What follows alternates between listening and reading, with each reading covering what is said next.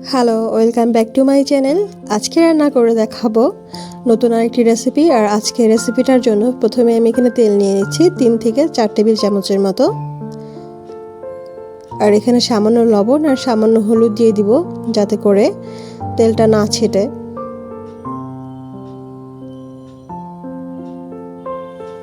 যাদের কিছু রান্না করার সময় তেল ছিটে, তারা কিন্তু এই টেকনিকটা ফলো করতে পারেন। তো আমি এখানে 2টা আলু টুকরা করে নিয়েছি, সেটা ভালোভাবে ভেজে নিচ্ছি। 2 মিনিটের মতো ভেজে নেব। আজকে মূলত রান্না করে দেখাচ্ছি সাগরের মাছ দিয়ে সবজি দিয়ে কীভাবে একসাথে রান্না করতে হয়। সাধারণত আমরা সাগরের মাছ ভুনা করেই খাই ম্যাক্সিমাম টাইম, অথবা ফ্রাই। আজকে সবজি দিয়ে সাগরের মাছ কীভাবে রান্না করতে হয় সেটাই আজকে করে দেখাচ্ছি। আলুটা 2 মিনিট ভাজার পর আমি এখানে একটা বেগুনের কিছু অংশ দিয়ে দিয়েছি। বেগুনটাও আমি 1 থেকে 1.5 মিনিটের মতো ভালোভাবে ফ্রাই করে নেব।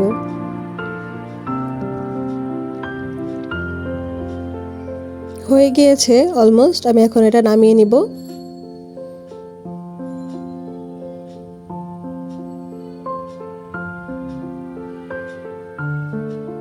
নামিয়ে নেওয়া হয়ে গিয়েছে। একই তেলের মধ্যে আমি এখানে মশলা দিয়ে দিচ্ছি, পেঁয়াজ বাটা দিয়ে দিচ্ছি 1 চামচ, লবণ দিচ্ছি স্বাদ মতো। যেহেতু লবণ আগে দিয়েছি, সেজন্য লবণটা একটু বুঝে শুনে দিবেন, যাতে করে লবণটা বেশি না হয়ে যায়। আর দিয়ে দিচ্ছি 1/2 টিস্পুনের মতো রসুন বাটা।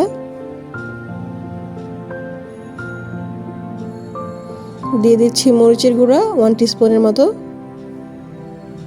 দিয়ে দিচ্ছি হলুদ গুঁড়া 1 টিস্পুনের মতো। ধনিয়ার গুঁড়া দিয়ে দিচ্ছি সামান্য। সব কিছু ভালোভাবে একটু পানি দিয়ে কষিয়ে নিব। খুবই সহজে এই রান্নাটা করে ফেলতে পারেন। আর সামনে যেহেতু রমজান মাস আসছে, রমজান মাসে সেহরির জন্য এরকম একটা আইটেম তৈরি করে রেখে দিতে পারেন, যাতে করে সেহরির সময় খুব সহজেই মজাদার এই তরকারিটা দিয়ে অনেক বেশি ভাত খেতে পারেন। টেস্ট কিন্তু ভালোই হয় সাগরের মাছ দিয়ে সবজি রান্না করলে। বাসায় একবার হলেও ট্রাই করে দেখবেন। মশলাটা কষে গিয়েছে, আর কষে যাওয়ার এই পর্যায়ে আমি আরেকটু পানি দিয়ে দিব।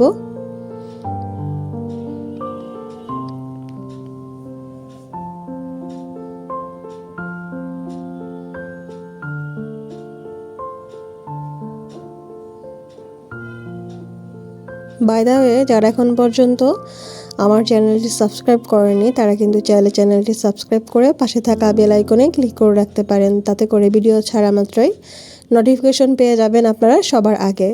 আর যারা অলরেডি এই কাজটি করে ফেলেছেন, তাদেরকে অসংখ্য ধন্যবাদ। আর যারা পেজ থেকে এই মুহূর্তে ভিডিওটি দেখছেন, চাইলে পেজটি ফলো করে দিতে পারেন। এখন আমি মাছটা দিয়ে দিচ্ছি। এখানে আমি 1 পিস মাছ নিয়েছি, আর এটা হচ্ছে সুরমা মাছ। আপনারা যে কোনো ধরনের সাগরের মাছ দিয়ে এভাবে ট্রাই করে দেখতে পারেন।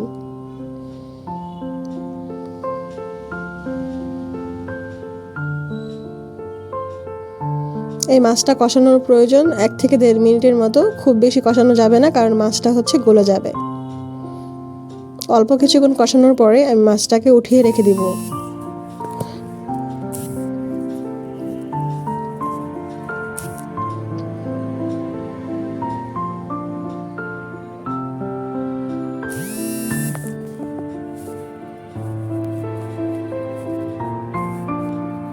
মাছটা আমি উঠিয়ে নিচ্ছি।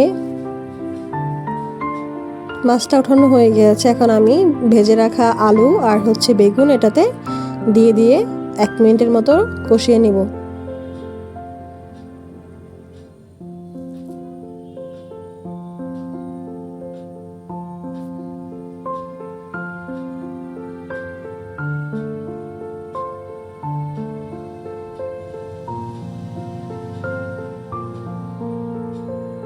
পানি দিয়ে দিচ্ছি ঝোলের জন্য। এখানে আমি 2 কাপ পানি দিব, বেশি ঝোল রাখবো না।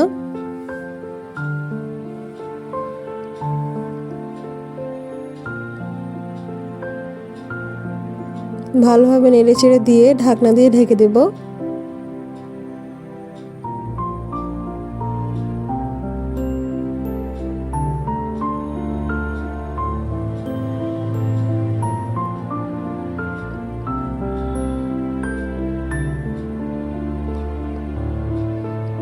অনেকটা হয়ে গিয়েছে, এই পর্যায়ে আমি একটা টমেটো অ্যাড করে দিচ্ছি।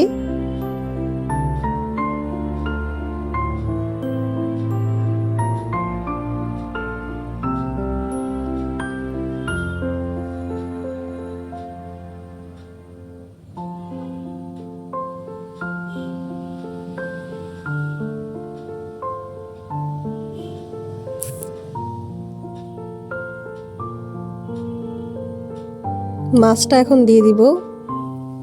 সব কিছু ভালোভাবে 2 মিনিটের মতো রান্না করব।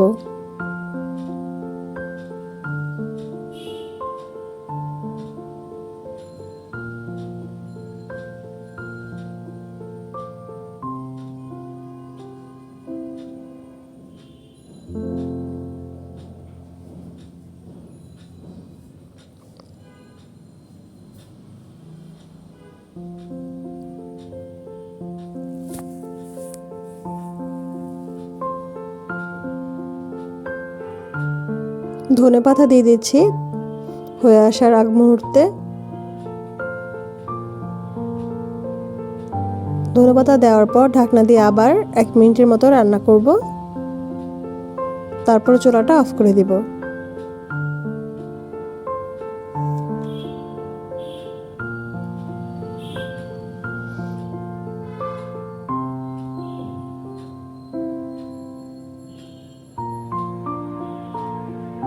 হয়ে এসেছে, এখন আমি এটা নামিয়ে নিব।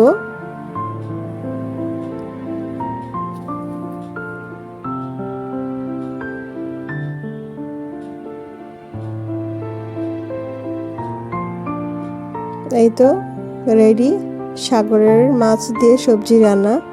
দেখতেও দারুণ হয়েছে, খেতেও মাশাআল্লাহ খুব ভালো ছিল। রেসিপিটি অবশ্যই বাসায় ট্রাই করবেন। এরকম ডিফারেন্ট রেসিপি বাসায় ট্রাই করলে দেখা যাবে যে খেতে বেশ ভালো লাগে। অনেকেই পছন্দ করেন না সাগরের মাছ, তারা চাইলে কিন্তু এভাবে সবজি দিয়ে রান্না করে খেতে পারেন। আর শরীরের আয়রনের জন্য হলেও কিন্তু সাগরের মাছ খাওয়া খুবই প্রয়োজন। তো যারা পছন্দ করেছেন আজকের রেসিপিটা, তারা চাইলে কিন্তু এই রেসিপিটা বাসায় ট্রাই করতে পারেন আর আমাকে কমেন্টস করে জানাতে পারেন আজকের রেসিপিটা আপনারা ট্রাই করে বাসায় আপনাদের কাছে কেমন লেগেছে।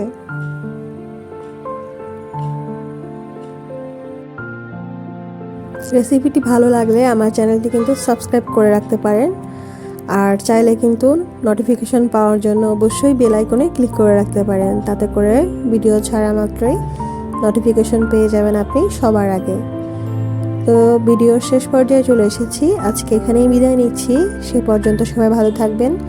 ধন্যবাদ। আসসালামু আলাইকুম।